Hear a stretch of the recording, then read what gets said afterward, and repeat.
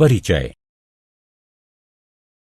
क्या आपने कभी निम्नलिखित खाद्य पदार्थों जैसे शीतल पेयों, घी, ब्रेड, दूध, नमक के पैक पर शुद्ध शब्द लिखा देखा है? जी हां, इन सभी पर शुद्ध लिखा होता है। तो आइए पदार्थों की शुद्धता के बारे में चर्चा करें। उद्देश्य।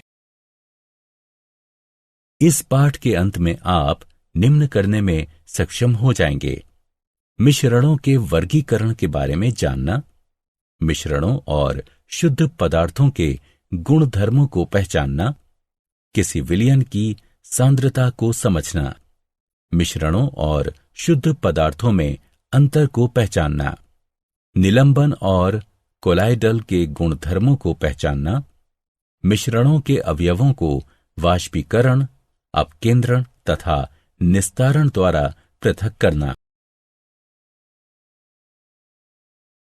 मिश्रणों का वर्गीकरण। रासायनिक संगठन के आधार पर पदार्थों को दो प्रकारों में वर्गीकृत किया जा सकता है। पदार्थ शुद्ध पदार्थ या मिश्रण होते हैं। शुद्ध पदार्थ दो प्रकार के होते हैं। शुद्ध पदार्थ तत्व और यौगिक होते हैं। मिश्रण दो प्रकार के होते हैं। मिश्रण समांगी और विषमांगी होते हैं। शुद्ध पदार्थ और मिश्रण। शुद्ध पदार्थ वो पदार्थ होता है जिसमें केवल एक प्रकार का पदार्थ यानी तत्व अथवा यौगिक होता है। उदाहरणार्थ आयरन, कॉपर, हाइड्रोजन, जल इत्यादि। मिश्रण वह पदार्थ होता है जिसमें दो या दो से अधिक शुद्ध पदार्थ होते हैं। उदाहरणार्थ समुद्री जल, खनिज, मृदा इत्यादि।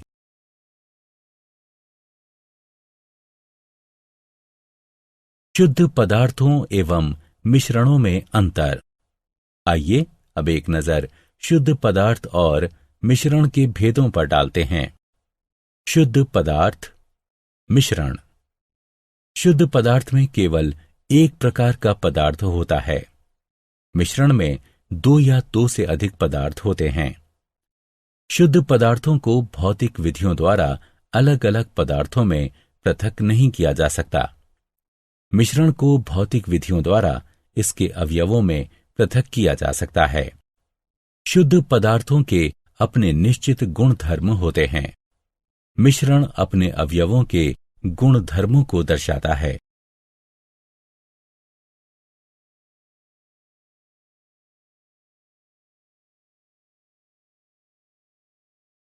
मिश्रणों के प्रकार। समांगी मिश्रण या एक समान संगठन वाला मिश्रण होता है। इस मिश्रण के कण नग्न आंखों से नहीं देखे जा सकते। उदाहरण शर्करा का जलीय मिश्रण, नमक का जलीय मिश्रण, कॉपर सल्फेट का जलीय मिश्रण। विषमांगी मिश्रण यह असमान संगठन वाला मिश्रण होता है। इसके कण नग्न आंखों से देखे जा सकते हैं। उदाहरण नमक और रेत का मिश्रण, कॉपर और लोहे के बुरादे का मिश्रण, तेल और जल का मिश्रण। विलयन और इसके गुणधर्म। विलयन दो या दो से अधिक पदार्थों का समांगी मिश्रण होता है। विलायक और विलय विलयन के दो प्रमुख अवयव होते हैं। वह अवयव जो अधिक मात्रा में है वह विलायक है और वह अवयव जो कम मात्रा में है वो विलय है। जल में नमक का विलयन, जल में शर्करा का विलयन, जल में आयोडीन यानी टिंचर आयोडीन तथा सोडा वाटर आदि विलयन हैं। कोलाइडल विलयन। कोलाइडल विलयन दो या दो से अधिक पदार्थों का विषमांगी मिश्रण होता है। उदाहरणार्थ जल में स्टार्च का मिश्रण, अंडे की अल्बुमिन का जल में मिश्रण, दूध, धूल या धुएं से युक्त वायु। कोलाइडल विलयन के गुणधर्म। कोलाइडल विलयन एक विषमांगी मिश्रण होता है। इसमें उपस्थित कणों को नग्न आंखों से नहीं देखा जा सकता। विलय के कणों को छानकर अलग नहीं किया जा सकता।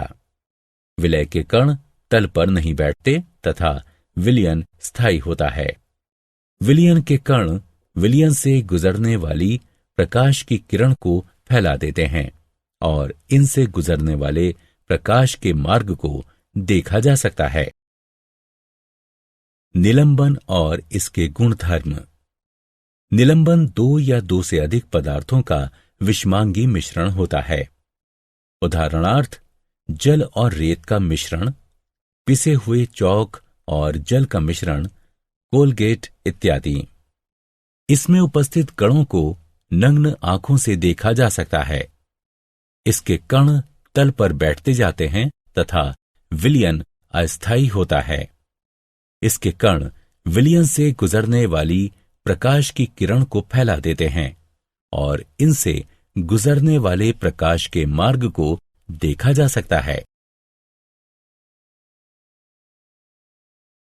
टिंडल प्रभाव। जब प्रकाश की कोई किरण कोलाइडल विलयन से गुजरती है तो कोलाइडल कण प्रकाश की किरण को फैला देते हैं, जिसके कारण विलयन में प्रकाश के मार्ग को देखा जा सकता है। इसी प्रभाव को टिंडल प्रभाव कहते हैं। किसी कमरे में जब प्रकाश की कोई किरण एक छोटे से छिद्र से प्रवेश करती है तो धूल के या धुएं के कणों से किरण के फैल जाने के कारण वहां टिंडल प्रभाव देखा जा सकता है। धूप में उपस्थित जल की बूंदों द्वारा प्रकाश के फैल जाने के कारण घने जंगलों में भी टिंडल प्रभाव को देखा जा सकता है।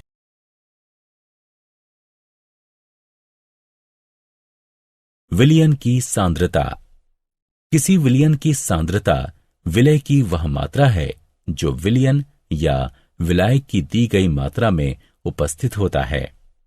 किसी विलयन की सांद्रता विलय का वो द्रव्यमान है जो विलयन या विलायक के दिए गए द्रव्यमान में उपस्थित होता है।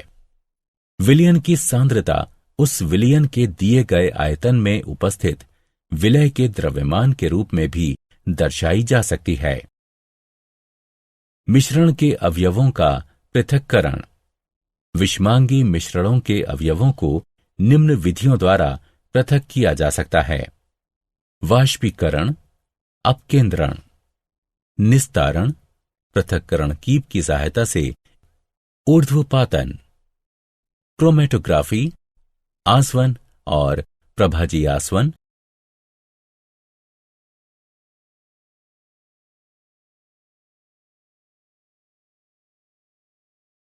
वाष्पीकरण। यह विधि वाष्पीकृत हो सकने वाले अवयव यानी विलायक को वाष्पीकृत न हो सकने वाले अवयव यानी विलय से पृथक करने के लिए अपनाई जाती है। चित्र में बारिश का पानी बिजली कड़कने के पश्चात गर्म सतह से वाष्पीकृत होकर उड़ जाता है। अपकेंद्रण। किसी भी मिश्रण से अधिक घनत्व वाले कणों और हल्के कणों को अपकेंद्रीय यंत्र का प्रयोग करते हुए पृथक करने की यह विधि अपकेंद्रण कहलाती है। यदि किसी अपकेंद्रीय यंत्र में हम थोड़ा सा दूध लें और उसे तेजी से घुमाएं तो क्रीम दूध से अलग हो जाती है, क्योंकि क्रीम का घनत्व दूध से कम होता है। पृथक्करण कीप की सहायता से निस्तारण। इस विधि का प्रयोग परस्पर अघुलनशील द्रवों को पृथक करने के लिए किया जाता है। इसमें द्रव अपने अपने घनत्व के आधार पर विभिन्न परतों में बढ़ जाते हैं। यदि हम केरोसिन तेल और जल का मिश्रण एक पृथक्करण कीप में डालते हैं तो तेल और जल की अलग अलग परतें बन जाती हैं। स्टॉप कॉर्क को खोलकर जल को पृथक किया जा सकता है। जल के पूरी तरह निकल जाने के बाद स्टॉप कॉर्क को दोबारा बंद किया जा सकता है। क्या आप जानते हैं, जल में सोना माइकल फैराडे द्वारा बनाया गया एक प्रसिद्ध कोलाइट था। ये अभी भी है लंदन के रॉयल संस्थान के संग्रह में और अभी तक इसके कण तल पर नहीं बैठे हैं। एक समूह के तौर पर कोलाइट की पहचान थॉमस ग्राहम ने सन 1860 में की थी। उन्होंने महसूस किया कि जिलेटिन और स्टार्च जैसे पदार्थ जल में शर्करा अथवा नमक की अपेक्षा बहुत धीमी गति से विसरित होते हैं। साथ ही ये भी देखा कि ये उन झिल्लियों के भी पार नहीं जा पाते जिनसे नमक और शर्करा आसानी से पार हो जाते हैं। ग्राहम ने यह भी पाया कि नमक और शर्करा के क्रिस्टल्स बनाए तो जा सकते हैं, पर जिलेटिन अथवा स्टार्च के नहीं। इस नए प्रकार के मिश्रण जो निलंबन और विलियन से अलग था, उसको परिभाषित करने के लिए कोलाइट, ग्रीक शब्द ग्लू से शब्द की खोज उन्होंने ही की।